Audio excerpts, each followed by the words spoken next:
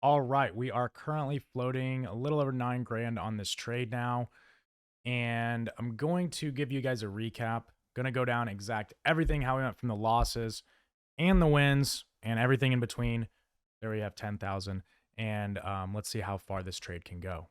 What's up, guys? I'm currently floating $4,700 in profit on this trade, and I want to break down the simple strategy I used to catch it. I also want to break down 2 losing trades that I took this morning and make sure that you guys can get lessons from that and more so learn how to turn a losing day into a winning day. So, first and foremost, why did I take any of these trades? Well, I like to simplify things down no matter what strategy you're using as key level plus confirmation or reaction, however you want to word it. Like, where do we want to do business and what do we need to see in order to do business? Okay. So for me, I have a set number of levels that I'm going to look for. Now, some of those levels are time based levels, meaning the highs or the lows of previous trading sessions or previous trading days. Now, as you can see here, we have the London high, London low, and Asia low marked out. So I'll show you how I find those levels. I just take a horizontal tool. You can find that in TradingView by going right over here and clicking this vertical line. And then I like placing these at 6 a.m., midnight, and then I also place one at 6 p.m. the previous day. Now, some people will mark sessions differently. This is how I mark them for this strategy. So, incoming people in the comments telling me that I don't know what I'm doing. But, anyways, so I mark out the highs and lows of each of these ranges. As you can see, here was the lowest point, the highest point. Lowest point. Now, why did I not mark out the high here? Because it was already traded through. These levels are not to just be continuously used throughout the day. You want to pay attention for reactions when they're naked, meaning when they haven't been hit, they haven't been covered. So that is how I got that level. And the morning trades that I took were around the idea that we had traded into this London high and we had an inverted fair value gap, which is, key level was the London high, reaction or confirmation was the inverted fair value gap. Now, I was looking at this larger fair value gap right here. And once it got inverted, I then went to the 1 minute and I waited for another confirmation. And that happened right here. So we had swept out this high and then we pushed to the downside with a lot of force. So my first trade I took, I entered the trade right around here. My original stop was here, but I moved it up. So I moved it up right there and I ended up getting trailed out. Or no, I actually moved it up to this candle. I'm sorry, right there, and I got trailed out. Now my target was much lower. It was down towards this over here, but I took a loss there.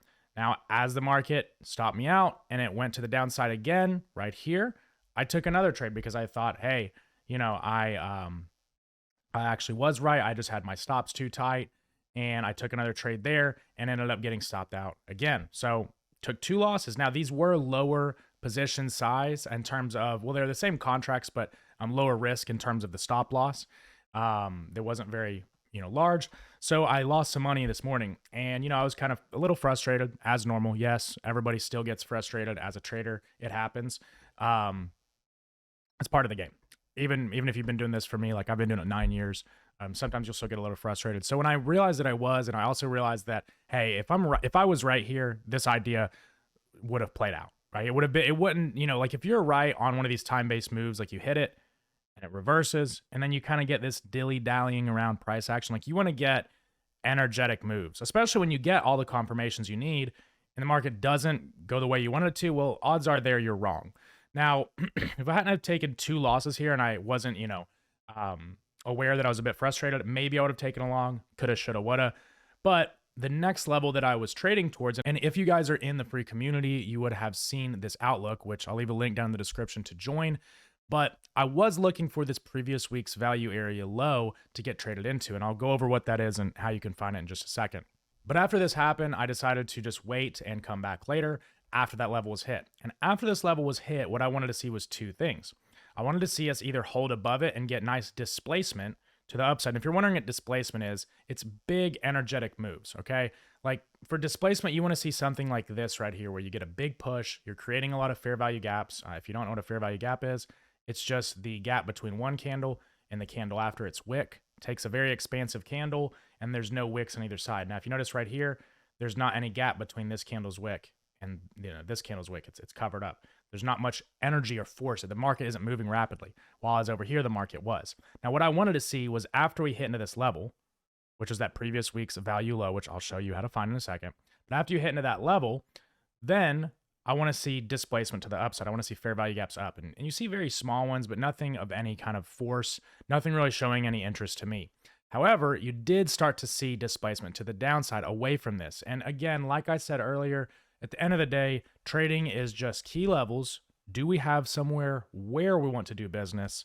Plus a confirmation, which is, our reaction. How is the market either confirming or disproving this level? It looks like we just got trailed out for profit on this trade. So we're fully out. And I'll go over why I trailed my stops up where I did. But after we started to get that displacement to the downside, I saw a pretty clear opportunity and I entered the market, and it was targeting the time-based liquidity to the downside, which is that London low. Now, the reason I trailed my stop up is we had hit into another point of liquidity, which was the low of day. So, I was looking at it like we might have a problem area here. But once we started to get that displacement away from this key level, I was pretty confident we were going to have at least some kind of a move. And I'm going to go over, obviously it's just key level, right? We found the key level. We started to get displacement away from it. It's really that simple in terms of, validating whether or not you're going to get an entry. Now, in terms of validating, like if the move is going to be choppy or if it's going to be expansive like we got here, that is where your volume profile over the last couple of days comes in handy. Anytime you have these areas, like think of it like the bigger the mountain, the harder the climb, right? So you have a pretty big mountain right here. You don't really have much of a mountain here. Really in this whole area right here, you can see there's a nice shelf, okay? So this is what you call a low volume node. I mean, technically it would be like there's a couple low volume nodes in this, but I look at it like where you have these gaps in the volume profile, you can expect price to move pretty aggressively. And as you can see, the market came up in this. We were also in the previous week's value low, which I'm going to show you in a second. I know I keep saying that, but just know it's a key level. And then once we started to get that displacement, I looked, okay, where my entry was right here. I was looking at it like, well, we're displacing into an area where we know that we're likely going to get a quicker move. So we did get a quicker move through that. And then as you can see, where did we have some trouble? Right when we got to this, mountain. Now, the way, again, that you mark this out, you would just go to your indicators, pick the fixed range volume profile, and you want to mark it on the last 5 days, not counting this day you're on right now. So for example, if I was marking this out, I would say, here's the day we're on, 1 day, 2 day, 3 day, 4, 5. You include the day you have, but you don't include it when you're counting the previous 5 days. That's the way I mark it out. Volume profiles just show where most of the volume was traded during a specific period of time. So if we see in this last couple of days that we have areas where there wasn't much volume, you know that there's not a lot of traders positioned there. Okay, like we know there's a ton of traders positioned right here. So we're going to expect to have either, a little bit of a bounce or some kind of choppy market conditions at these areas. That's why I trailed my stops up when I did, because we got into this area. Now, when we have these lower volume areas, we know the market's likely to move through them pretty quickly. That's why I entered the trade as well. So now let's go into this previous week's value low. Now this I get from the TPO indicator. It's time, price, opportunity. The way that I have this set up is on a week. So I'll have the previous week, right? Or just week is the period. So it's showing a profile over a week's time. And then I set the block size to 4 hours. This is what I set it for the week. Essentially what that's saying is like each one of these blocks you see represents 4 hours. And if there was, 10 blocks, that means the market spent 40 hours at that level. There's one block, that means the market spent one 4 hour candle or less. So similar to the volume profile where we see the market not spend much time, those are usually going to be areas where the market will either move aggressively through them. And then if we have areas where the market spent a lot of time, we understand that a lot of people were probably transacting there, which is why the market paused. And those areas will provide some kind of chop or maybe a quick short-term relief bounce, things of that nature. It's stuff you want to be aware of if you're scalping or day trading.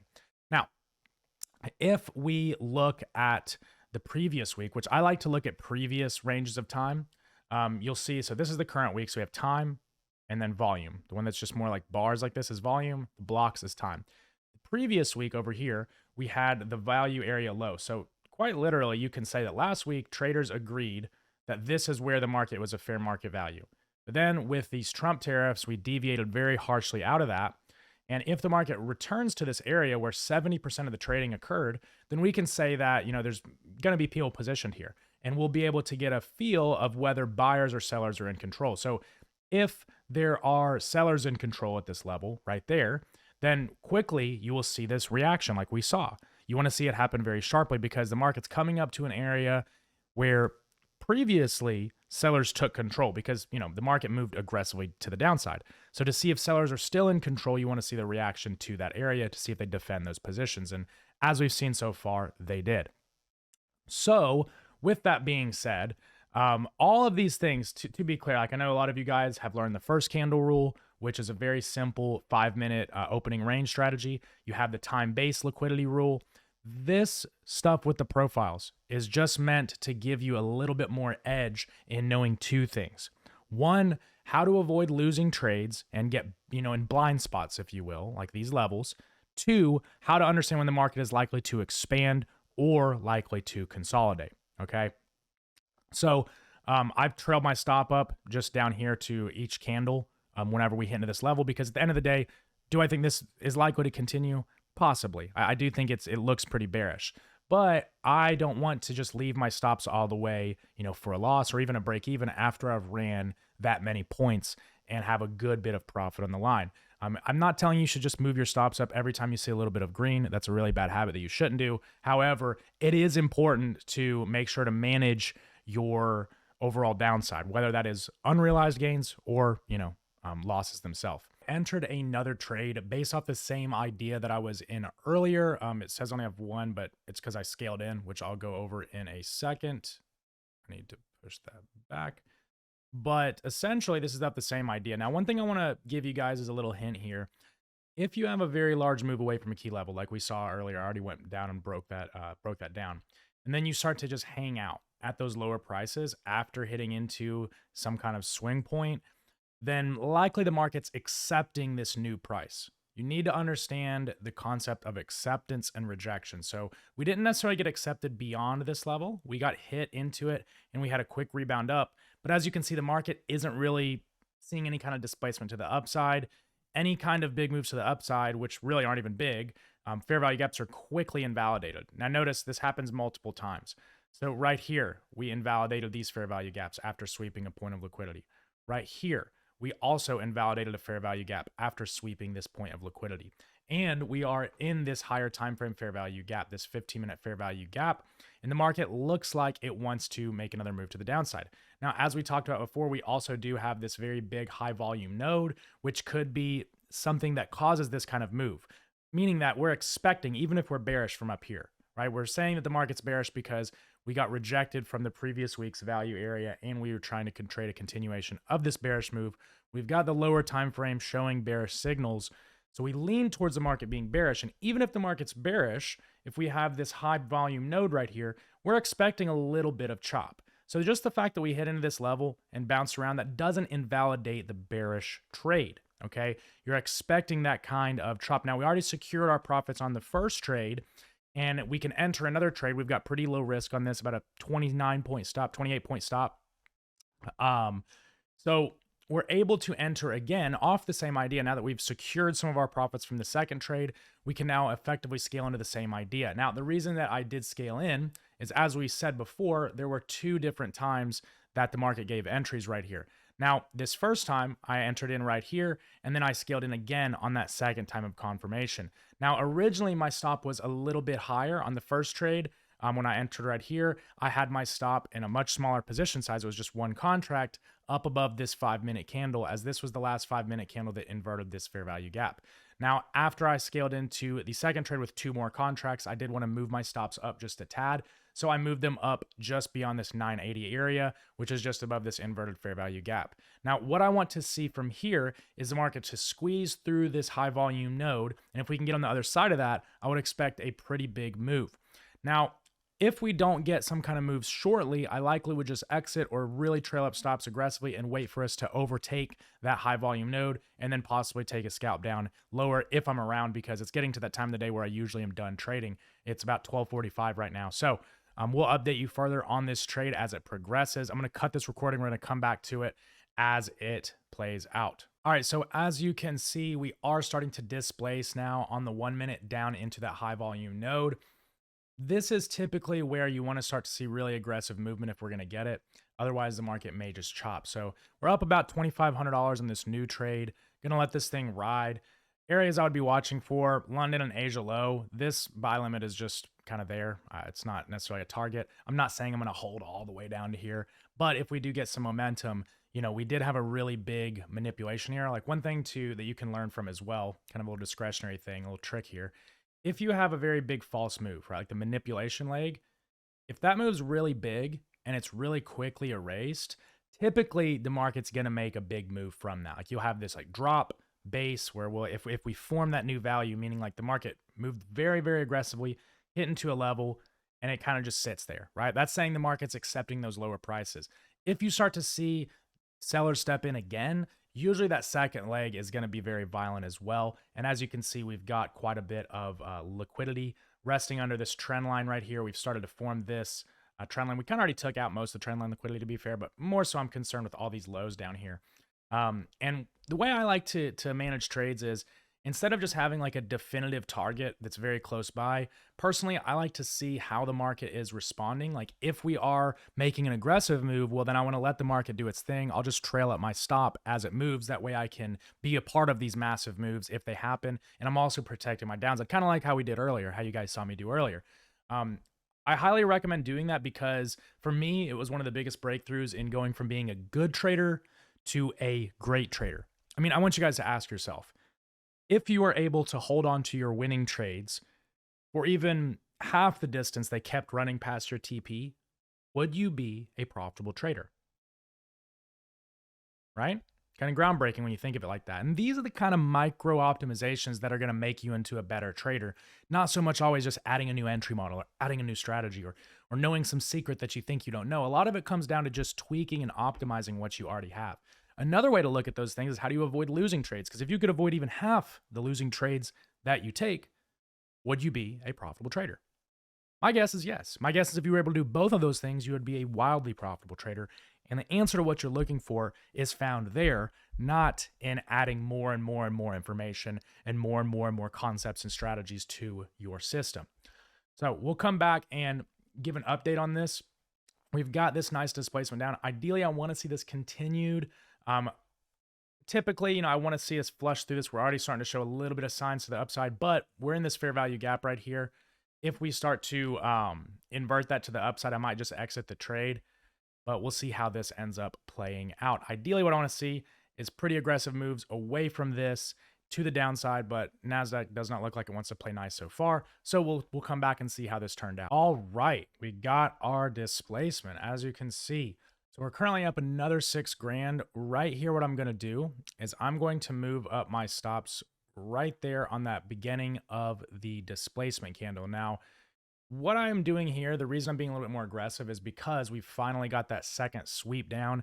This is also the 5-minute candle that broke through this low. If you watch my trade recap yesterday, you will see that I used this same exact method for a stop loss placement on an initial entry of a trade. And the reason for that is, if we're looking for this continuation, we get this big move, then what we want to see the market do is hold through that level. We don't want to see us have this big move and then retrace it, because at that time, what does that tell us? What does that tell us about the traders who we are anticipating, or what does it tell us about the sellers we are anticipating are in control? Well, that would say that they're trapped, because if we have this big move down and then we erase that, then I would say sellers are trapped. So we now have secured about 3 grand roughly on this trade. I want to see if we can get some more price action to the downside. I really like this setup so far. So I'm going to let this thing ride for now with our stops in profit. I'll come back here and make another quick clip once we have another update. All right, so now we are floating over 10,000 in profits. We just passed this London low. Typically when we have the low of that time range, which is midnight to 6 a.m., and it's not an actual swing low, I'm not going to pay as much attention to it for a TP. What I am going to do here, though, is I'm going to move my stops up to this top of this candle right here. So that is 57.25. I want to see if we can get a nice squeeze through this Asia low. I still do want to manage my stops, even though I'm not really just like trimming fully at this area. So now we've got just under 100 points here on 3 contracts. So, 6 grand secured on this trade.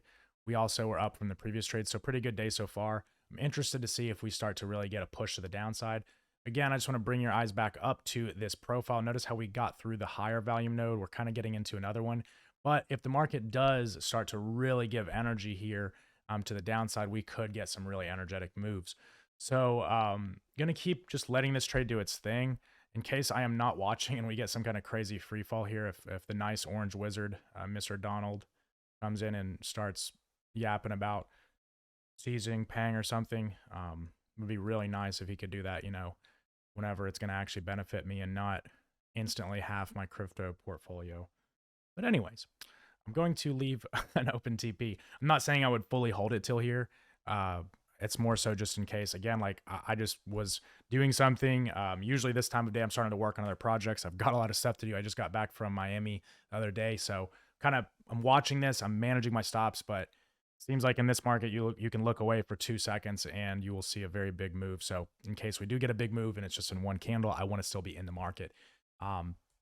So yeah. Now it looks like we're hitting into that Asia low as well. So here, what I'm going to do is I'm going to watch this pretty closely.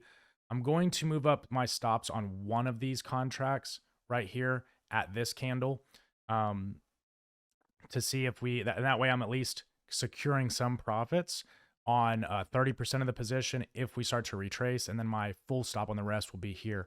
So now I've secured an extra 1,000, give or take. So I've secured about 7 grand no matter what happens on this trade. So we'll come back and see how this thing ends up. But what's hilarious, I'll put it on the screen. I just had a guy show up for doing maintenance on my cold plunge, and I was like, literally like, hey, dude, I am going to explain this really quick. I'm in the middle of a very big trade. I need you to be on your own here. And he was just like, okay. I was like, buddy, listen, I'm balls deep in a NASDAQ short. You have to make do without me. No, anyways, we're still floating, good profits here. I'm going to keep the trade managed as it is now. We have hit into that Asia low. We also hit into these lows over here. So, actually, I'm going to move one contract. I'm going to move right up here above these candles right here. It's likely going to get hit soon. If it does, that's fine. I definitely want to secure some of these profits in the case that does happen. So yeah, just wanted to make a quick update here. I will keep updating you guys as this plays out. All right, so it looks like this trailing stop on that one contract is about to get hit. Also, what I'm going to do is I'm going to take these two and I'm going to move it down here to this 24/7.95. That way we secure the last bit of that position. This means that if this gets hit, I'll be out for 30% of the position. I'll cover about 4 grand in profits there. And then no matter what, I am securing the rest of the position here at 24/7.95. Or what could even be better is the market just immediately reverses to the downside and doesn't take out my one contract stop and moves all the way down to the complete bottom of the range. And I will be a very happy camper if that happens. I don't think it's going to happen, but we'll see. Just need Trump to start doing his thing. That's the right direction. Let's go. All right, guys. Now I'm going to show you the secret to my strategy. I never have released this publicly for free.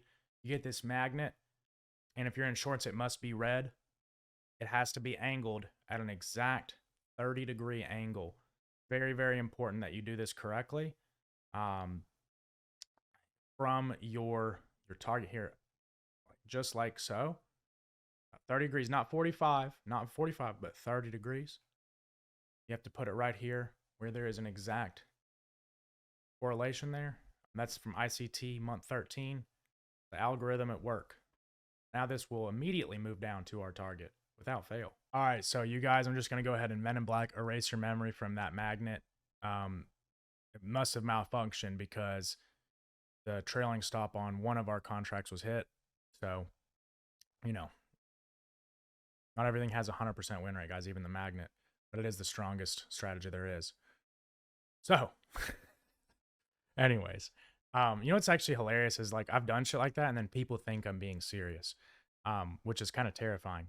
Anyways, we have got our stops at that 5-minute candle. What I like to do, and just explaining the logic here, once we start to hit any of these time-based levels, I like to trail up my stops to each candle like that's in my direction. I'm not just going to continuously do it like to these, but like I look at it in a momentum trade. I want to see continued momentum. Like it's one thing to have a pause here. We're still creating a fair value gap like you see right here. There's still a fair value gap, which tells me that momentum still could be in my favor. I like to just keep it at the nearest candle that's moving my direction. So if I'm in a short, I want to keep it at down candles. So I've got my stop there. We'll see if we can get some more squeeze out of this. We already secured about $4 grand on this trade. And then we have the profits from earlier as well. We also did take 2 losses here. So just to, make sure that we're encapsulating everything. But yeah, it's been an interesting day. And I think that the real testament here, guys, is that I showed up this morning. I took 2 trades based on this idea that we were going to have a big move down today. I ended up taking 2 losses. Okay. What happened? I got aware that I was a little bit frustrated. So I stepped away and said, I'm going to wait for a cleaner setup. I waited for the exact level that I gave you guys, which was my original A+ setup. I even said on this morning's Outlook, I said that I was looking for this as an A+ setup. The only way I would look to trade off of this London high is if we had a clear displacement. We had that. I ended up taking losses on that idea. It is what it is. I took lighter risk because I wasn't in an A+ trade. And then once we got up to this level that I originally wanted us to move from, we started to see what I want. And this is the crossroads that most of you guys go down the wrong path, because most of you guys, you'll get into the market right here, you'll take your little sells, and then when the market erases, you say, oh my God, I can't keep going from this. How do I avoid these losses? How do I never lose? Oh, what did I do wrong? And at the end of the day, guys, like, you're going to lose. It's going to happen. And most of the time, your problem that you think you have isn't the actual problem. It's your perception of said problem, meaning that you think that your problem is you need to avoid losses. But in reality, you need to accept losses. You thinking you need to avoid losses in full is why you're not able to be profitable, because then what do? The market comes up, gives you another opportunity, and what do? Well, you avoid losses. And by doing so, you also avoid wins. Do you understand? This is the gap between you and success, not some new strategy, not some kind of information you don't know. Because as you can see, I was able to get not 1 big move down, but 2 big moves down. Okay, yes, am I controlling my downside by moving my stops up? Sure. I'm making sure that I make money. Yes, I'm avoiding the total loss of profits, but I'm still putting myself in the opportunity. Now, what happens if I would have lost here? It is what it is. I would have came back another day. That's why we have risk management. That's why we have stop losses. Not every day, not every week is going to be a profitable week, guys. And until you accept that, and until you stop running from the reality of trading, nothing will work for you. You will literally not be profitable, okay? It won't work. So you have to understand that if you have an idea and you step up to the plate and you're wrong, take it on the chin, no crying in the casino, and come back. You have to. This is what most people do. They get in the market, they maybe take a loss. They say, oh my God, I have to completely change up everything I'm doing. And then what happens? They lose the winning trades. But what you have to do is you have to take a loss. You have to still go down the same path. You might go down a little bit downhill, but eventually you will start moving to the upside if you have an edge, okay? And I teach you guys strategies that have an edge. I've proven to you guys time and time again live. I've proven to you guys with back tests. I've proven to you guys with everything that the strategies you have access to do work. Half the time it's just that you're not sticking around because you don't ever want to take a losing trade or go on a losing streak. That's just the way it goes. So it looks like this trade is going to end up hitting our trailing stop. That will secure us for about 10K on this trade. And then we had a nice profit on the other earlier one as well. So if that ends up happening, guys, make sure to subscribe to the channel. All right. So we'll see if that ends up happening. Maybe the magnet does work after all, and we end up just going to the downside. Yeah, I think that sounds like a better plan to me. Just make one 15-minute candle. I'm just kidding. If that happened, there'd probably be something seriously wrong. Or the orange wizard would have cast another half your portfolio spell on my crypto. And then it wouldn't even matter that I made this money because I'd be getting kicked in my face in crypto. Anyways, yeah, we'll see how this plays out. I like the look of this so far in terms of this fair value gap, but our stops are pretty close. So we'll come back and give another update in a minute. And yeah, guys, been a hell of a day. All right, so I am fully stopped out of that trade for a little over 10K in profits on the day. I just want to thank you guys for watching. I really enjoy making these videos. I think there's probably more value in this for the intermediate trader than there is in any other kind of video because you're actually seeing execution and implementation rather than just theory. So make sure to subscribe to the channel. If you want to join the mentorship, I'll leave a link in the description, free community, all that stuff. Regardless if you want to work with me directly or not, I'm rooting for you, and understand that you have everything here for free that you need to succeed. The mentorship is just a fast track if you want to learn from my mistakes without having to learn from your own. Thank you guys for watching, and I'll see you in the next video.